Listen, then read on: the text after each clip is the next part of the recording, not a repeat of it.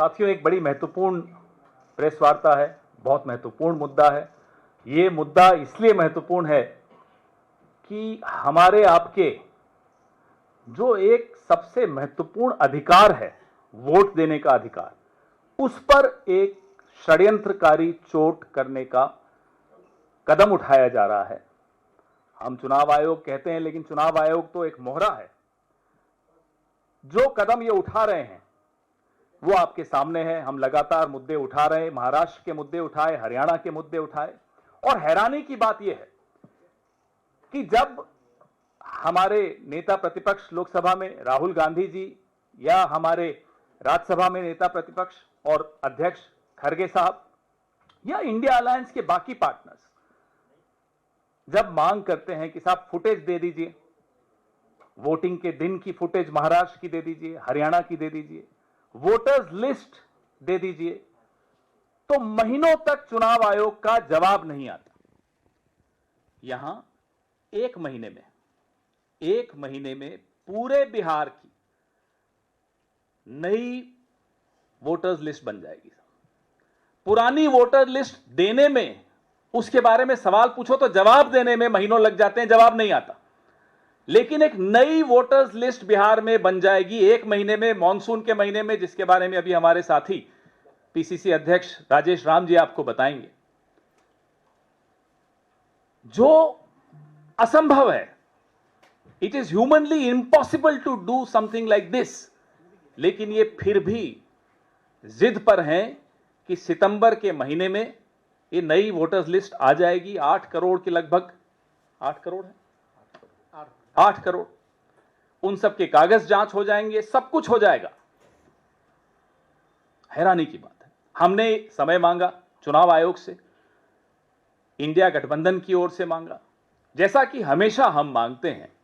हमारे कुछ अधिकृत लोग हैं, वो हमारी लीगल सेल में हैं, वो अधिकृत लोग चिट्ठी भेजते हैं, चुनाव आयोग तुरंत जवाब देता है। अब तक जो हुआ था मैं वो बता रहा हूं, और हम मिलने चले जाते। उसमें कोई कंट्रोवर्सी नहीं होती, कोई विवाद नहीं हुआ, अभी तक तो नहीं होता था।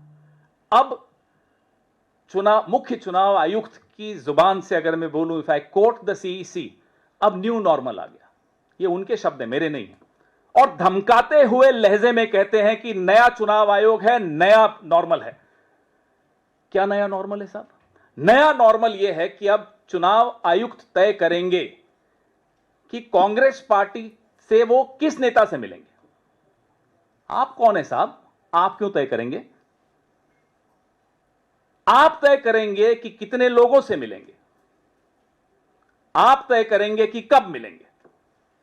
ये न्यू नॉर्मल है। अब हमें यह नहीं समझ में आया कि मुख्य चुनाव आयुक्त हैं, किसी के प्रति निजी टिप्पणी नहीं है हमारी, उन्होंने एक और परंपरा शुरू की। गुप्ता जी हैं वो, ज्ञानेश कुमार गुप्ता जी, अपना नाम ज्ञानेश कुमार लिखते हैं।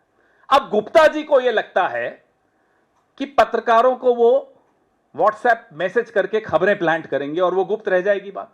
गुप्ता जी, यहां कुछ गुप्त नहीं रहता। आपने 24 घंटे का टाइमर लगा रखा है, जिस नंबर से आप पत्रकारों को खबरें लीक करते हैं, वो सारे स्क्रीनशॉट्स हमारे पास भी आ जाते हैं। तो गुप्ता जी, आप शायद नए हैं चुनाव आयोग में, ज्यादा पुराने नहीं हैं। मैं आपको आज इस मंच से बता दूं, हम सब हंसते हैं फिर आपके उन संदेशों पर। वो संदेश गुप्त नहीं है गुप्ता जी, ध्यान रखिएगा।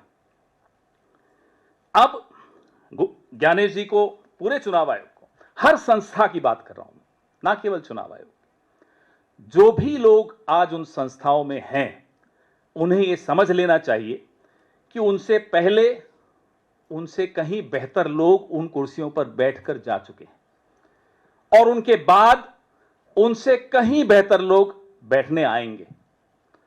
आप क्या विरासत छोड़कर जा रहे हो? आपको अगर लोग याद रखें तो क्या सोचकर याद रखेंगे? क्या यह सोचकर याद रखेंगे कि देश के तमाम विपक्षी दल आपसे वोटर्स लिस्ट मांग रहे थे और आप नहीं दे रहे थे? यह विरासत होगी क्या आपकी?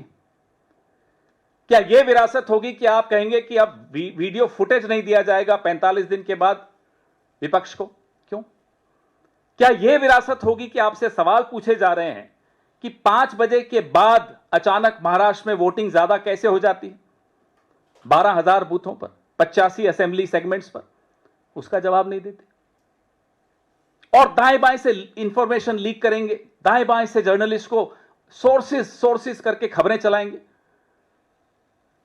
एक तो वो टाइमर लगाना बंद कर दीजिए गुप्ता जी, हंसते हैं सब। स्क्रीनशॉट में 24 सेकंड लगते हैं, आप भले 24 घंटे का टाइमर लगा दो, उससे क्या होता है?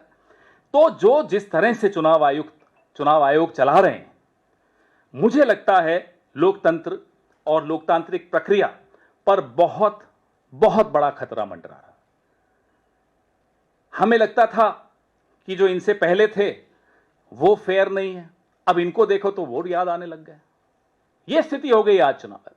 और यह खतरा विपक्ष के लिए नहीं है सिर्फ, यह खतरा आप सबके लिए है, एक एक वोटर के लिए है। अब एक और चीज मैं आपको बता दूं, टाइम मांगने के बाद जिस तरह से अपमानजनक रूप से कि साहब जिस व्यक्ति के माध्यम से टाइम मांगा गया वो अनधिकृत है। आप कौन होते हैं ये तय करने वाले कि वो अनधिकृत है या अधिकृत है? चलिए आपको लगता है वो अनधिकृत है तो उसको बोलिए कि साहब आप अपना ऑथराइजेशन ले आइए कांग्रेस पार्टी से। वो ले आता, आधे घंटे में ले आता। हमें कल ये आभास हुआ कि शायद हम गलत पते पर चले गए हैं। इतनी बड़ी बिल्डिंग चुनाव आयोग, निर्वाचन सदन, पता नहीं कितने 1-1.5 एकड़ पे तो होगी, कई लाख स्क्वायर फुट होगी, मेरे और आपके पैसे से बनी होगी। इतनी बड़ी बिल्डिंग में बैठने की जरूरत क्या? बीजेपी का इतना अच्छा मुख्यालय है, वहां एक फ्लोर ले लीजिए, वहीं बैठ जाइए। हम क्यों बिचौलियों से मिले? हम सीधा बीजेपी से बात करेंगे? माफ कीजिएगा, चुनाव आयोग किसी पार्टी का बिचौलिया नहीं हो सकता। सबको अपने दायरे में रहकर काम करना होगा, यह लोकतंत्र की परिभाषा है। और सबका दायरा संविधान ने फिक्स कर रखा है, नियमित कर रखा है। उस दायरे को अगर कोई तोड़ेगा तो देश देख रहा है, देश जानता है कैसे लोगों को अपने अपने दायरे में फिर से भेजना होता है, देश को यह आता है। इसलिए मैं इस मंच के माध्यम से बहुत विनम्रता से, in all humility at my command, मैं चेतावनी दे रहा हूं चुनाव आयोग, यह सत्ता आने जाने वाली चीज है। जब इनके पास 300 सीटें थी तब हम नहीं डरे, ये 240 पे हैं। आप क्यों इनकी गुलामी कर रहे हैं? आप संविधान की गुलामी कीजिए, आप लोकतंत्र की गुलामी कीजिए, आप इस देश के एक एक वोटर की गुलामी कीजिए। ये शाह शहंशाह इन लोगों की गुलामी मत कीजिए। यहां बहुत शाह आए, बहुत शहंशाह चले गए। इतिहास के कचरा पात्र में आपका नाम चला जाएगा अगर आप इस तरह के काम करेंगे तो। कोई याद नहीं रखेगा आपकी विरासत को। अगर आपको याद भी रखेगा तो लोग मुंह बनाएंगे कि इस तरह के एक संस्था को चलाने वाले लोग आए थे। बड़ी पीड़ा होती है जब हम ये बोलते हैं, दुख होता है ये बोलते,